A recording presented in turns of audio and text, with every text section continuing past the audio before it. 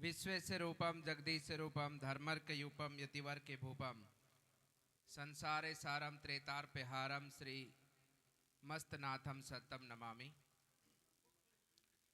बोलिए योगीराज भगवान श्री कृष्ण की, बोलिए गौ माता की, बोलिए अवधूत योगीराज बाबा श्री खेतानाथ जी महाराज की, बोलिए सभी भक्तों की। आज इस पावन भूमि पर जहाँ साक्षात देवी देवताओं का वास रहता है, जहाँ गौ माता वास करती है, इस पावन भूमि खेड़की गांव की के इस पावन कार्यक्रम जो कि मकर संक्रांति के दिन गौशाला के इस भव्य कार्यक्रम के उपलक्ष्य में आज इस कार्यक्रम के बीच में पधारी हमारे बीच में श्री बहन संतोष यादव जी, पूर्व डिप्टी स्पीकर हरियाणा सरकार, पवन जी खरवाल जी जो कि जिला अध्यक्ष हैं यहाँ पर उपस्थित हैं, राजकुमार जी मेई जो कि पूर्व प्रधान रहे इस गौशाला के लगातार 5-6-7 सालों तक, और उन्हीं के साथ में जो वर्तमान प्रधान श्री राकेश कुमार जी विराजमान हैं, उसी के साथ में जिला प्रमुख श्री राकेश जी भी विराजमान है, देवेंद्र प्रधान जी हैं, जिला पार्षद जी हैं, देवेंद्र पाल जी हैं पाल गांव से, उनका भी मैं अभिनंदन और उनका सम्मान करता हूं जिन्होंने बाबा की मूर्ति का पधारने का यहाँ पर मूर्ति को स्थापित करने का कार्य किया है। योगी संतनाथ जी महाराज हैं, संतोष नाथ जी हैं, रामनाथ जी हैं, भीमनाथ जी महाराज हैं, योगी दीपनाथ जी महाराज हैं और सभी मंचासीन हमारे गौ सेवक भक्तजन जो सामाजिक कार्यों से भी जुड़े हैं और बड़ी संख्या में यहाँ पर उपस्थित बुजुर्ग युवा साथी, हमारी माताएं बहनें, आप सबका मैं साधुवाद करता हूँ, अभिनंदन करता हूँ, आपकी पुण्य आत्मा को मैं प्रणाम करता हूँ क्योंकि आज सब लोग आप इस कार्यक्रम में हैं। मैं धन्यवाद भी करता हूँ इस कार्यक्रम के माध्यम से हमारे पूर्व प्रधान जी और वर्तमान प्रधान जी को कि उन्होंने मुझे याद किया इस कार्यक्रम के लिए और उनके माध्यम से मुझे आज आप सभी पुण्य आत्माओं का दर्शन, गौ माता का दर्शन इस पुण्य भूमि पर करने का अवसर मिला। आप सभी जिस शब्द का मैंने प्रयोग किया पुण्य आत्माएं, ये मैंने इसी भाव से किया कि क्योंकि आप सब गौ माता की सेवा में समर्पित है। आसपास के 31 से 32-35 गांव के लोगों ने मिलकर इस गौशाला का निर्माण किया जहां पर आज 1900 से अधिक गौ माता वास करती है और आप सभी भक्तजन मिलकर इस गौशाला को सहयोग कर इसको संचालित करने का काम करते हैं। योगीराज भगवान श्री कृष्ण की परंपरा को आप सब मानने वाले हैं और योगीराज भगवान श्री कृष्ण ने गौ माता की जो सेवा की है उसके बारे में पूरा संसार जानता है। आप उनकी सबकी पूजा करने वाले हैं और मेरे लिए खुशी की बात है कि भगवान श्री कृष्ण को मानने वाला समाज आज उनकी परंपराओं का निर्वहन इस रूप में करता है कि गौशाला का निर्माण कर, गौ माता की सेवा कर, स्वयं तो पुण्य का भागी बनता ही बनता है, लेकिन आपकी सेवा के माध्यम से पूरा संसार को पुण्य प्राप्त होता है। ऐसा आशीर्वाद भगवान का आपको प्राप्त इस गौशाला के माध्यम से मिलता है। आप सब जो इस गौ सेवा से जुड़े हैं, आपके मन में ये विचार आता होगा कि भगवान को तो हमने देखा नहीं है, भगवान कैसे होते हैं, भगवान कैसे दिखते हैं। हम संत परंपरा से जुड़े हैं, हमने गुरुजनों का ज्ञान लिया है, उनका आशीर्वाद लिया है और जो भी हमारे गुरुजनों ने हमको ज्ञान दिया है, हमको बताया है, मैं आपको पूरे विश्वास से कह सकता हूं कि आपने अगर भगवान नहीं देखा है, भगवान के आप दर्शन करना चाहते हैं और भगवान के बताए हुए पद चिन्हों पर आप चलना चाहते हैं, उनके बताए हुए कर्म को आप मानना और उसके ऊपर चलना चाहते हैं। भगवान ने हमें क्या कहा है कि आप कर्म करो। भगवान ने हमें इस मनुष्य जोनी में क्यों भेजा है? एक मनुष्य का रूप देकर। उसका भी कोई ना कोई कारण होगा, और उसका एकमात्र यही कारण है कि भगवान की बसाई इस सृष्टि को आप भगवान का अंश मात्र मानकर, अपने आप को भगवान के अंश मानकर इस पूरी सृष्टि का पालन करो, इस पूरी सृष्टि का संरक्षण करो, इस सृष्टि को आगे बढ़ाओ। यही मूल कारण है आपका यहां पर मनुष्य होना, इस धरा पर जन्म लेना। यही मूल उद्देश्य है आपका। और उससे भी बड़ी सौभाग्य की बात है कि इस पुण्य भूमि, इस भारत भूमि के ऊपर आपको जो जन्म मिला है उसका यही कारण है। इसलिए भक्तजनों, मैं कहना चाहता हूं, आपको बताना चाहता हूं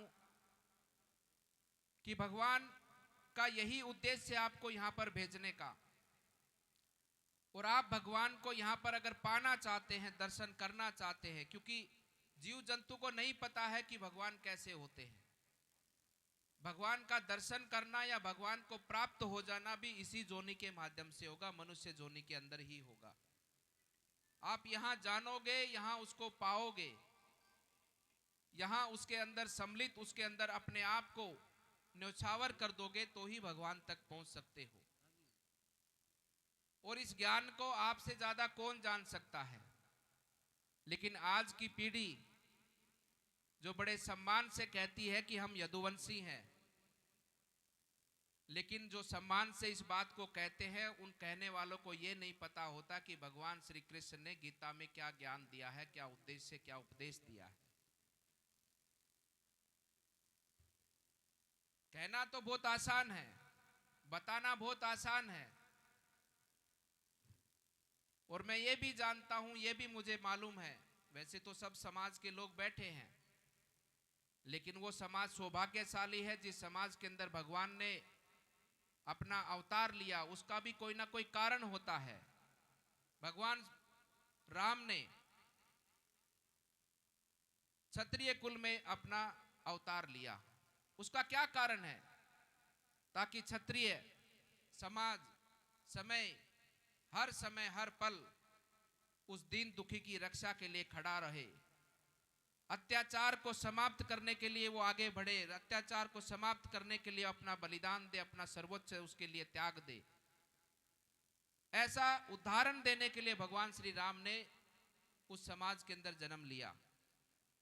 लेकिन आज समाज उस पर क्या चलता है? और भगवान श्री कृष्ण ने यदुकुल में जन्म लिया तो इसी भाव से लिया। और आप सब लोग ही बताते हैं कि हम भारतवर्ष में सबसे ज्यादा संख्या में हैं। उसका कारण यही है कि यदुकुल में जन्मा एक एक बालक, एक एक बुजुर्ग, एक एक युवा साथी भगवान के पद चिन्हों पर चले। भगवान के ज्ञान को, जो भगवान ने अपने श्री मुख से पूरे संसार को गीता का ज्ञान दिया है, उस गीता को ज्ञान को, उस गीता के ज्ञान को पूरे संसार तक पहुंचाने का काम करे, पूरे संसार को उस ज्ञान के माध्यम से तारने का काम करे। आज दुनिया में आप देख रहे होंगे, अभी हफ्ते 10 दिन पहले की बात है कि एक बड़ा देश है, ताकतवर देश है, पैसे किसी के भी, उसके पास हथियार भी बड़े हैं, दुनिया के अंदर सबसे अधिक हथियार है। आज वो देश क्या कर रहा है? किसी देश के राष्ट्रीय अध्यक्ष को रातों रात उठाकर उसको एक तरह से अपहरण उसका कर रहा है। आज कोई और दूसरा देश, ताकतवर देश, छोटे देश को खाने का काम करता है। जैसे जीव जंतु, एक शेर वगैरह, वो तो उसका कर्म है, वो छोटे जानवरों को खाकर अपना पेट पालता हो, तो प्रकृति का चक्र है। लेकिन आज अपने वर्चस्व को या अपने आप को आगे बढ़ाने के लिए या अपनी ताकत के नीचे सबको झुकाने के लिए इस तरह का काम पूरे विश्व जगत में आप सब लोग रोज देखते हैं। इस विश्व जगत की अशांति को, इस विश्व जगत के संतुलन को, विश्व जगत के अंदर सभी मानव जीव एक परिवार के एक भाव के साथ में आगे बढ़े, सब लोग एक दूसरे को हाथ पकड़कर आगे बढ़ाने का काम करें। ऐसा विचार इस संसार को कोई दे सकता है तो ये भारत की संस्कृति दे सकती है।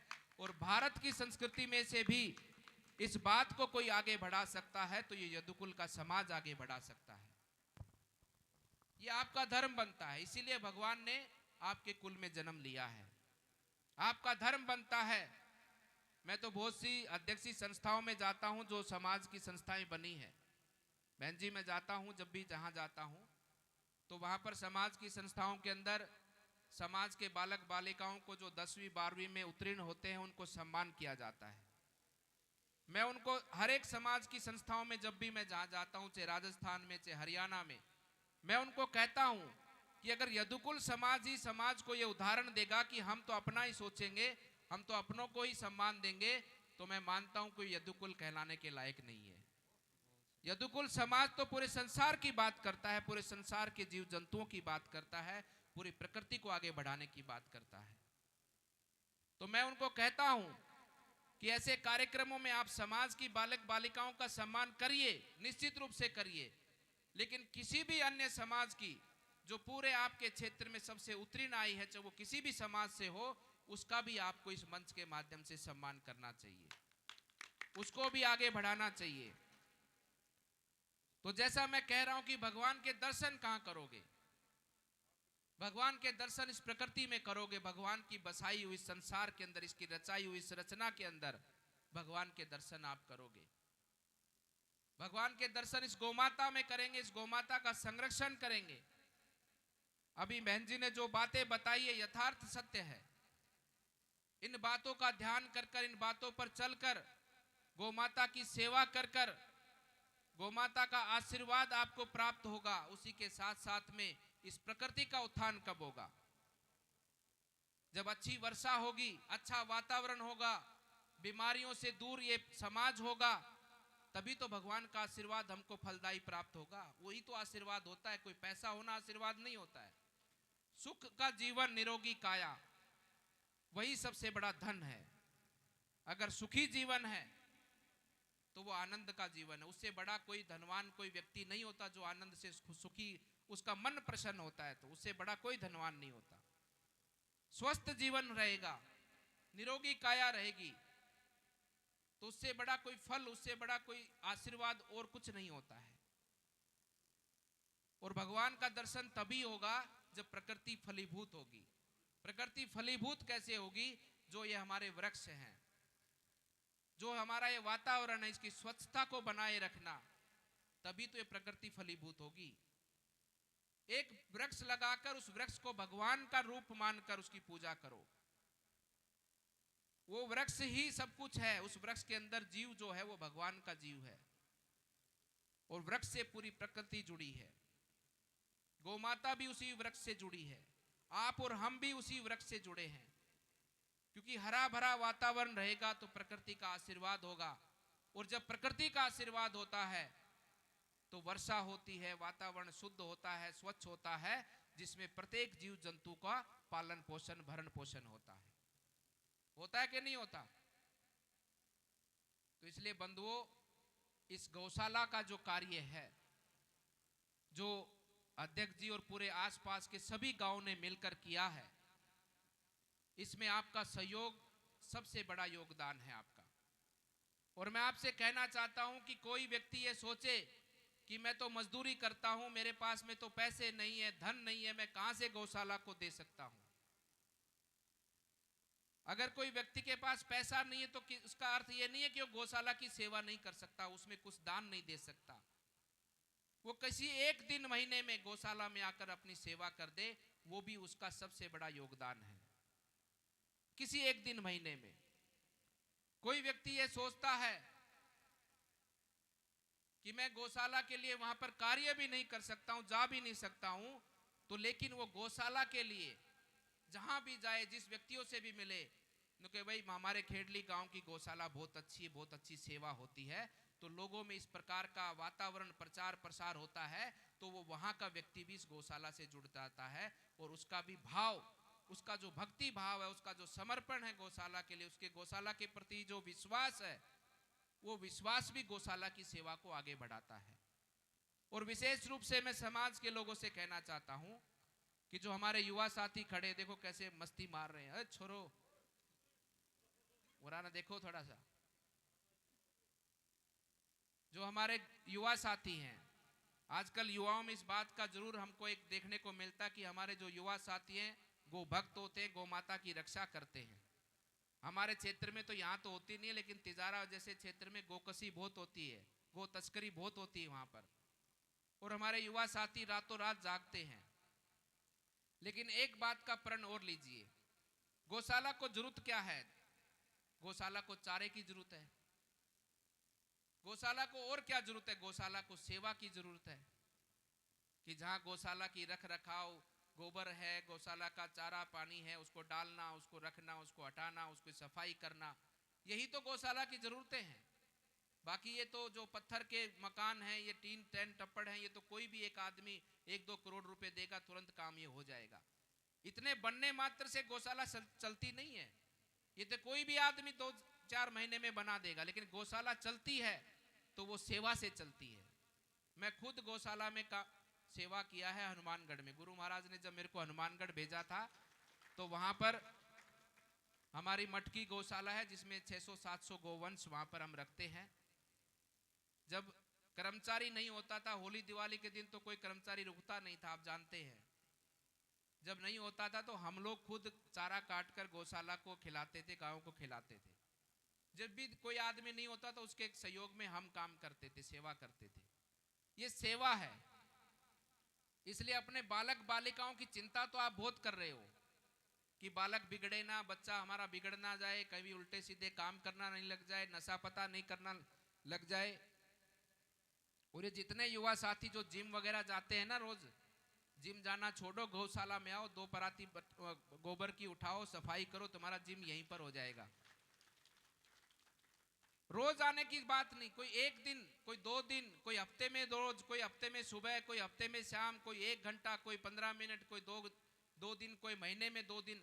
हर व्यक्ति सेवा से गौशाला के साथ जुड़े, ताकि गौशाला का जो आर्थिक भार है, गौशाला में गोवंश को रख रखाव की जो गौशाला के अंदर जो समस्याएं रहती है, कर्मचारी नहीं मिलते हैं काम करने के लिए, तो इसमें आपकी सेवा योगदान होनी चाहिए। और मैंने ऐसी बहुत सी गौशालाएं देखी हैं जहां पर कोई कर्मचारी नहीं है गौशाला के अंदर, सिर्फ 2 चौकीदार 3 चौकीदार रखते हैं, कोई कर्मचारी नहीं है वहां पर। सब लोग मिलकर अपना अपना दिन उन्होंने बना रखा है कि कोई सोमवार को आता है, कोई मंगलवार को आता है, और नंबर नहीं लगता लोगों का। इस प्रकार से सेवा होती है, वहां पर कोई कर्मचारी नहीं रखा जाता। अगर हमारी वर्तमान जो युवा पीढ़ी है, हमारे जो बच्चे बच्चियां हैं, इनका ठीक से पालन पोषण नहीं हुआ, ठीक से इनको हम लोगों ने तैयार नहीं किया, तो आज जो समस्याएं आपको सामना करना पड़ती हैं, आज जो समाज में हर एक परिवार पीड़ित है, दुखी है, आज तो बुजुर्ग इतने परेशान है, माता पिता इतने परेशान है, शादी की चिंता नहीं, लेकिन शादी के बाद में शादी टिकने की चिंता सबको ज्यादा रहती है कि क्या पता कब क्या हो जाए। ऐसा वातावरण समाज में बन चुका है। हर तीसरे घर में तलाक की लड़ाई चल रही है। कहीं सबकी कमी है, किसी एक की कमी नहीं है। हम भी माताओं का सम्मान नहीं करते, ये पुरुषों की कमी है। हम भी समान रूप से उनको अधिकार नहीं देते, ये पुरुषों की कमी है। और कहीं ना कहीं कमी किसी दूसरे उनकी भी होती है। सबको अपना ध्यान देना होगा। इच्छाओं के लिए, इच्छा पूर्ति के लिए आपका जीवन नहीं है। इस समाज के निर्माण के लिए, इस प्रकृति के संरक्षण के लिए आपका जीवन है। उस विषय को ध्यान में रखते हुए इस वर्तमान पीढ़ी को आपको बहुत ही संजो कर संभाल कर रखने की आवश्यकता है। ये जो भारत भविष्य आने वाला समय भारत का है, ये परंपराएं, हमारी ये मर्यादाएं, हमारा ये जो पहनावा है, जो हमारी पहचान है इस पूरे राठ क्षेत्र की, इस पूरे अहिरवाल क्षेत्र की, ये आने वाले समय पे जब विलुप्त हो जाएगी तो कोई पहचान भी नहीं पाएगा कि ये महेंद्रगढ़ की हमारी माता जी है। इसको संभालने की जिम्मेदारी आपकी है। इसको बिगाड़ा किसने है? आपने बिगाड़ा है। और इसको सुधारेगा कौन? आप सुधारेंगे। मन तो सबका बहुत कुछ करता है, सबका खूब नाचने कूदने का मन करता है, किसी का घूमने का मन करता है, किसी का कुछ खाने पीने का मन करता है। मन तो सबका ही करता है, लेकिन अपने मन के स्वार्थों के लिए क्या समाज की आप आने वाले भविष्य की आप बलि दे देंगे? ऐसा तो समाज हमको नहीं देखना है। इसलिए युवाओं को गौशाला से जोड़िए, ऐसे धार्मिक कार्यक्रमों के साथ जोड़िए, ताकि वो युवा अपनी संस्कृति को भी पहचाने। उस युवा के माध्यम से हमारी इस प्रकृति को भी आगे आने वाले समय पर उन्नति मिले, इस प्रकृति का संरक्षण हो। और हम सब लोग इन कार्यक्रमों के साथ जुड़कर, इस गौशाला और ऐसे सामाजिक कार्यक्रमों के साथ जुड़कर अपने आने वाले भविष्य को सुनिश्चित करिए। और इस राष्ट्र का लाभ, न केवल ये राष्ट्र जो आत्मनिर्भर भारत बनने की ओर हम सब जो लोग बात करते हैं, हमारे प्रधानमंत्री जी जो करते हैं, उसका केवल ये उद्देश्य नहीं है कि हमारा देश आत्मनिर्भर हो जाए। उसका सबसे बड़ा उद्देश्य जो मानता हूं यह है कि भारत जब आत्मनिर्भर होगा तो संसार के अंदर शांति की स्थापना होगी। भारत मजबूत होगा तो दुनिया को मजबूती देगा। दुनिया को एक साथ लाकर इस दुनिया के आपस के देशों में, आपस की सभ्यताओं में जो मतभेद हैं, उनको मिटाने का काम ये भारत भूमि, ये भारत का ज्ञान कर सकता है। इसलिए भारत के लोगों को आगे बढ़ना इस संसार के लिए, इस प्रकृति के लिए आवश्यक है। इसलिए आप सब लोग आगे बढ़िए। मैं आप सबका पुनः धन्यवाद करता हूं, अध्यक्ष जी का धन्यवाद करता हूं, और आज इस मंच के माध्यम से आप सभी लोगों का भी धन्यवाद करता हूं। मुझे बहुत अच्छे से ध्यान है, वैसे तो मैं राजस्थान से चुनाव लड़ा था, पिछला तिजारा का, उससे पहले अलवर का, और मुझे पूरा ध्यान है और पूरा विश्वास के साथ मैं जानता हूं कि आप लोग चाहे यहाँ खेड़की गांव में थे, चाहे हरियाणा के रहने वाला किसी भी क्षेत्र का कोई व्यक्ति था, आपका भी सबका मन वहां पर मेरे साथ में था, आपका आशीर्वाद मेरे साथ में था। और बहुत से लोगों ने वो चेहरे मैं भी जानता हूं जो वहां पर चुनाव में भी गए हैं, लेकिन जो गया भी नहीं उसने अपने जानकारों को फोन किया है। जो फोन भी नहीं कर पाया उसने यहाँ पर बैठे भगवान से प्रार्थना की है कि बाबा को जिताना है। आप सब ने बहुत बड़ा सहयोग किया है। आप सबका मैं पुनः अभिनंदन और धन्यवाद करता हूं। और मैं ये बात कहते अपनी वाणी को विराम देता हूं कि मेरा जीवन तो आपके लिए समर्पित है, इस पूरे राष्ट्र के लिए, मानव समाज की सेवा के, इस प्रकृति के उत्थान के लिए समर्पित है। गुरु महाराज से यही प्रार्थना करता हूं कि इस जीवन में आपके सम्मान को, इस जीवन में आपकी सेवा को मैं आगे निरंतर बढ़ा पाऊं। और साथ ही साथ में आपसे ये कहना चाहता हूं कि जो ये मेरा जीवन है आपकी सेवा के लिए है। मुझे आपसे कभी कुछ नहीं चाहिए, बस आपकी सेवा करने का अवसर चाहिए। आगे जब भी कहीं मेरा चुनाव हो, क्योंकि चुनाव में तो देखो मदद आपको ही करनी पड़ेगी, तो मेरे युवा साथी, हमारे बुजुर्ग, हमारी माताएं बहनें हैं, जहां से भी मुझे पार्टी चुनाव लड़ाए, आप सब लोग आ जाना अपना झोला झंडा उठा के और मेरी मदद करना, क्योंकि मैं आपकी सेवा के लिए हूं और आप सब लोगों की सेवा करने का अवसर मुझे इसी प्रकार से मिलता रहे। आप सबका बहुत बहुत धन्यवाद, बहुत बहुत शुभकामना। आप सबको मंगल, सबका अभिनंदन। सर्वे भवन्तु सुखिनः, सर्वे सन्तु निरामया, सर्वे भद्राणि पश्यन्तु मा कस्य दुख भाग भवे। आप सब लोग सुखी हो, निरोगी हो, और निश्चित रूप से आप तो गौ माता के भक्त हैं, भगवान का आशीर्वाद आपको फलीभूत करेगा। ऐसी शुभकामना के साथ मैं अपनी वाणी को विराम देता हूं। मेरे साथ पुनः जोर और भाव से माता का, गौ माता का जयकारा लगाइए। बोलिए गौ माता की, गौ माता की। योगीराज भगवान श्री कृष्ण की, योगीराज भगवान श्री कृष्ण की। अवधूत योगीराज बाबा श्री खेतानाथ जी महाराज की, अवधूत योगीराज बाबा श्री खेतानाथ जी महाराज की। ये भारत माता की। धन्यवाद।